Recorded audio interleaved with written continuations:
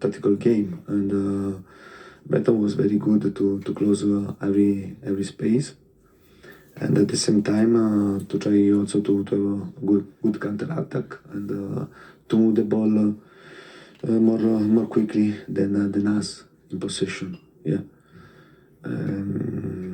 But for sure, this type of game, when you understand that you can't win and you have not to lose. There's still plenty of football. Yeah, this is a lesson for us to learn after this game. There are many games when you understand that it's not your day, that you have to pay more attention and don't lose.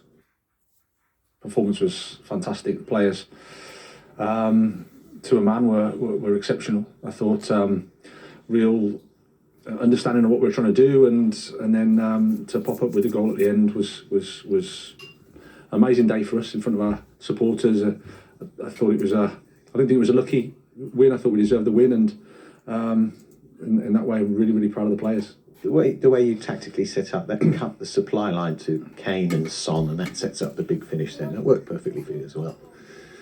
Well, the guys put in a hell of a shift. I think you have to be, as I said before the game, you have to understand that they're a good side. We're all over the pitch, and to try to stop the source into their, attacking players that are legendary in terms of Premier League status. They can blow teams away fairly quickly. So we had to be strong in that area and try our best to do it. I mean, I thought the guys did it really well. Danny Welbeck came on, showing absolutely no ego at all. He's part of a win against Arsenal. Accepted his role off the bench today, which says a lot about him as a man. And I thought he was amazing when he came on. And as a team, we were superb. Eric, that's pretty tough to take, I suppose. What happened out there today? Yeah, obviously we knew it was going to be a difficult game against a good side. They've come off the back with another big win, so yeah, we knew it was going to be tough, and I don't think we were right really from the beginning. We were a bit slow moving the ball. We weren't showing enough attention. We weren't alive enough, and yeah, I think we got better as the game went on. We were better definitely in the second half, but we struggled to create chances, and then we've conceded a sloppy goal at the end. Yeah, they set up to frustrate you, didn't they? Yeah, obviously, we have to expect that. We have to expect the teams are going to try and do that to us and stop what we are good at. But we need to be able to, create different situations and create different ways of making chances for ourselves, and we couldn't do that. Well, the twist in another hat-trick, club hat-trick for Cristiano Ronaldo. That's now 50 for him in his career. Just how crucial is he to this football club? Yeah, quite like against Tottenham, he was very crucial today, and they were not, the second and the third one were not just easy goals. The way that he took those two goals, the second and the third one, was just outstanding. I know you're obviously disappointed with the defending for the goals, as you said, but you must be buoyed by the fact that you've come into the dressing room to learn that not only Spurs have lost, but Arsenal have as well. So you're much closer now to that top four. Yes, but it doesn't make sense to look and just be interested in the other results. We have to look and take care of our own results. Today we got the result, but as I said, with the overall performance, we definitely have to raise that level against Liverpool on Tuesday, and the same away at Arsenal and at home against Chelsea. Dean, you must be scratching your head as to how you got nothing out of that today.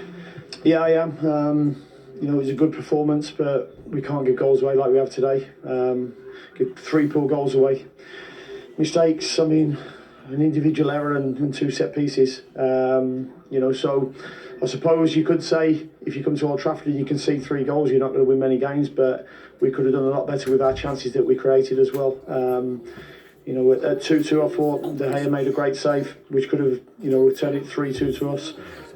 So nobody can certainly question our spirit or the quality that we have got, but we can't give goals away like we have today. Yeah, and not just conceding those chances to anyone, but to Cristiano Ronaldo. Was he the difference there, do you think? He's the difference, but we've handed him the first one on the plate, the second one as well, because he gets a run on his marker. We know he's got a good leap, but if he doesn't get a run on his marker, then he don't score. And then I think Tim should save the last one as well. So, yes, he's one of the best players in the world. We all know that, and you can't give him any kind of chances. So Christian in a row at this stage of the season, is that a worry that might linger, or do you just expect an That's immediate a real reaction? worry, because obviously we lost games in different ways, and to lose the way we've done it today, it's especially painful, because it's really hard to explain. When you see that and you don't know the score, you would say that Arsenal won the game comfortably, and we lost it. But how important is that now to move on? 7 huge games to come. And with the results that they happened, nothing has changed much. But again, it's not about the rest, it's about us, how we have to do it. And today I think we performed, but we didn't get the results, and we need both. If you hit those levels in terms of creativity, like in the second half, will you bounce back with? Yeah, but you have to put the ball in the net, and in that moment you need some spark, talent, and quality to make the decisive moments count and win football matches. And at the minute, we are not doing that. You got your clean sheet, you got your result. How much did everybody need that? How will that help now between now and the end of the season? We have 6 games left. Very important 3 points today. All the teams around us are also taking the points in the moment. If you want to climb the table, if you want to end up in the top 10 finish, you need to win games, and today it was a very important one. And just finally, we've spoken about that top 10 finish. Is it important to have a target for the players with that between now and the end of the season? Absolutely. You can feel it. This was also a topic before the game. To go there, to believe in what we are doing, and to grab the chance for every point you get. So, well, you know better than I do, it can be a cruel game. Last minute, you nearly win it, you finish up losing it. What's going through your mind when that's happening? Someone up there doesn't like us too much, I think. Our first half performance was nowhere near good enough. We conceded a very poor goal to concede, so that was very disappointing, considering how much we built the game up, during the week with the players, and how much we believe that they recognised that this game needed to be built up, because it was one of the last chance games we're going to have. I thought in the second half actually we did more than well enough. 1-0 down, of course, but we got ourselves back in, and I thought at least it looked like we were going to be good value for a 1-1. So to lose it to a free kick in the 95th minute, it was a very good goal, of course, as these goals often are, but that did seem to be a harsh judgment on the team this afternoon, especially after the crowd had been so good and had got behind us so well. Thomas, another win for you, but in the last moments there, you've tasted every feeling, really. You nearly lost it, you were drawing it, you finish up winning it. Crazy finish. Crazy finish. I think it's the third time this year we're winning in the last minute, which I think is a big credit to the boys of showing the character mentality, staying in the game. Then we have 2 times where we scored in the last 7 minutes, something like that, also giving wins against Villa and Burnley. So top group of players with a top character. I think this game we didn't play our best. It was not a top performance for us. It was maximum average. Credit to Watford, I think they did well. The thing is that through the game, I think we gave very little away. The goal and then a double chance, but that's offside. We've seen that afterwards. But of course, it still felt very, very dangerous. But we were not top, and then still managed to win in the Premier League is fantastic. Well, Brentford are really showing us in third. Then the race for fourth is very much alive, as is the title race, with Tottenham, Manchester United, Arsenal and West Ham all in that run-in for fourth position in the league table. Then if we have a look at the bottom half of the table, well, as we've seen, the defeats to Norwich and Watford today make it seem like a real mountain to climb for them to get out of that bottom 3. But it's not mathematically done. And then Burnley and Everton, which one of those 2 goes down? I don't think we could answer that question for the next couple of weeks, really, because it keeps changing every single week. And Leeds and Newcastle still in it? Well, it feels like Newcastle have done enough to secure Premier League safety for next season. Let's just have a look at also the results for this game week so far. We've still got 2 games to come. So there's confirmation of Brighton's big win against Tottenham. Man United just about managing to beat Norwich City. Southampton reacting well from their defeat at the hands of Chelsea, beating Arsenal. And Brentford, of course, with that away win against Watford tomorrow. 2 very big games indeed. Well, the bigger one, of course, for West Ham against Burnley, because Burnley are now without their manager Sean Dyche. You've got Newcastle and Leicester as well in there. But that's a huge story on Friday that I don't think anybody expected coming. To sack Sean Dyche at this stage of the season, Were you just as surprised as everyone else? I mean, you can only just say that it obviously wasn't planned. I mean, how often do you see managers get sacked on a Friday? It just doesn't happen. So what's gone on, I'm not too sure. It's a huge loss because what he's done for Burnley Football Club is incredible, if I'm honest. And I think that the supporters and the way the supporters reacted would indicate to you that they feel the same. Closing in on 10 years as the manager, kept them in the Premier League for 6 consecutive seasons with very little budget, as we've spoken about every single season. What's the budget? 20? Was it 20 million or something? In and around that mark. It's a miracle. Yeah, it's incredible. So how they'll react, big game, huge game against West Ham at home tomorrow. I mean, what a time to lose the manager. I know. Well, speaking of manager, of course, they haven't replaced Sean Dyche yet, so the under-23s coach takes charge, and that is Mike Jackson. Here's what he has to say ahead of the big game on Sunday. I think he can be unbelievably proud of what he's achieved here.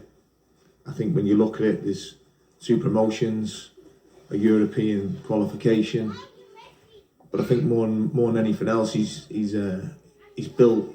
Not only built a club, but he's built a culture and an identity. That's really difficult to do in football sometimes. It takes time, but it takes someone knowing what they're doing and know what they want. I think the job he's done, I think you only have to listen to the interviews yesterday from some of the managers, from his peers and what they said about him. And I think that says a lot about the guy himself. There's good people that have been with him. No one likes to see anyone lose the job. And there's good people, Steve Stoney and Warren, Billy, all the staff around him, and it is sad, but they should be remembered for what they've actually done for this club, and I'm sure the fans think that as well. I think they've had a great 10 years, and I don't think it'll be long before the gaffer and his staff are back in another job. Well, as we said, it's a really tough time for those Burnley players because many of them have only known Sean Dyche. I know they obviously would have been in and around Mike, but it's a big ask for anyone to come in and try and save this team, is it not? Absolutely. I mean, I think he's spoken brilliantly there, and how he spoke about Sean Dyche is absolutely spot on. Yeah. So I mean, I'm sure the players will relate to him, and I'm sure he won't move away from what Sean Dyche has been doing because it's ingrained in these players. They're so well drilled, they're so well organised, and whether or not they'll want to stay up this Premier League season for him. And I think make it about that kind of motivation because the players would do a lot for Sean Dyche. And I think they've just got to try and get into that mindset because for me, Burnley still have a real chance. And I think, tomorrow's game is a huge one. Do you think they have a big chance to then send Everton down and secure safety themselves? It's a difficult one because Everton, again, the result they got against United gave them a lot of confidence. And what he mentioned there about the culture, that was so important. So those players are in grind, and it's in their blood, it's in the spirit about fighting for Burnley. So I hope they stay up because I really like Sean Dyche, and I've watched him over the last few years, and it's not been easy for him, but he kept the team, and I listen to him, the way he speaks with humility, and you can see his team, the way they play, and they give everything, they're honest players. So I hope they do stay up. And I think the conversation around Sean Dyche and Burnley for a lot of the season has been, Sean Dyche will keep them up because he has so much experience. Well, now he's not there. Let's have a look at the remaining fixtures, not just for Burnley, but for the other teams in that relegation picture. Again, we looked at the battle for fourth and to secure Champions League football. Is there a fixture list that you think is favourable, as in for Everton and Burnley? Because I guess those are the two that are looking to avoid the drop. At first glance, I look at Everton's and think that's tough. That's a tough group of games for Everton.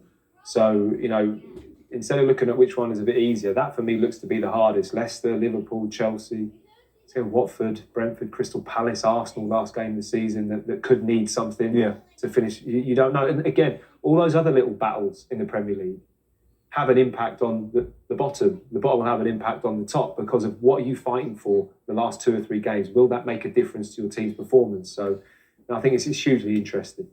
Everton, Matt, you see they've got I looked at the players, they got enough players, quality there as well that you think they should be producing at the end and keep them up. They should, but I mean, they've been in free fall. I think there's a lot of pressure there as well because there's a lot of expectation from home support. I think the home games have been difficult, and so it's going to be an interesting run. It really is. It's going to be an interesting run until the end of the season at both ends of the table. On that note, it's time for us to say goodbye. Thanks, gents. Really enjoyed your company. Enjoyed yours as well. See you tomorrow for more Premier League action. Goodbye.